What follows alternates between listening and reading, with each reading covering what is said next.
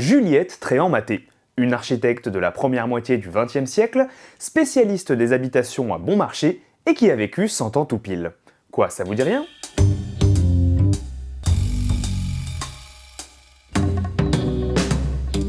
Née à Versailles le 17 août 1900, Juliette Maté est l'une des rares femmes architectes diplômées dans l'entre-deux-guerres. Après plusieurs tentatives infructueuses, elle parvient en effet à entrer à l'école des Beaux-Arts en 1920 où elle rencontre Gaston Tréant qu'elle épouse la même année. Les jeunes époux se rebaptisent alors tous deux Tréant-Maté, équitable, et démarrent une carrière qui va les voir s'imposer comme des spécialistes des HBM, les habitations à bon marché. Et c'est dans la ville de Colombes qu'ils réalisent leur premier projet entre 1922 et 1924, 140 logements sur la rue de Strasbourg, répartis dans 6 immeubles. Ils y collaborent avec Achille Champy, architecte avec lequel ils construiront également en 1928 un ensemble que vous connaissez sûrement déjà de vue, le Gai Logis à Saint-Denis. Aujourd'hui coincé entre le Stade de France et l'autoroute A1, dites-vous que cette opération était un petit bijou de confort pour l'époque. Il prend la forme d'un ensemble compact de 6 étages, regroupant 210 logements autour de 3 cours jardins reliés entre elles.